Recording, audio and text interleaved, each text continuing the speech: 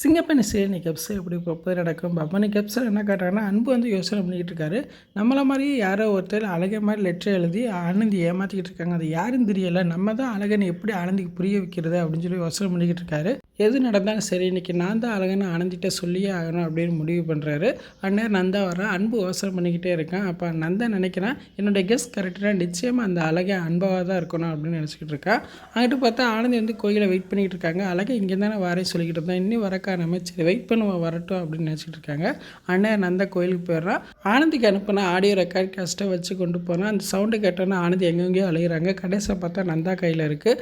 நந்தாவை பார்த்தோன்னா ஆனந்தி அதிர்ச்சி ஆகிறாங்க. அப்போ அழகே நந்தா தானா அப்படின்னு நினச்சிக்கிட்டு இருக்காங்க. அதே டைம் கோயிலுக்கு அன்பும் போயிடுறாரு. ஆனந்தியை பார்த்தோன்னா அன்பு சொல்கிறாரு, நான் தான் அழகுன்னு சொல்கிறாரு. ஆனந்தியை வந்து யோசிக்கிறாங்க. இதில் ரெண்டு விதத்தில் யார் அழகுன்னு ஒன்றும் புரியல அப்படின்னு நினச்சிக்கிட்டு இருக்காங்க. இன்றைக்கி என்ன எபிசோட் இப்படிதான் போகுது.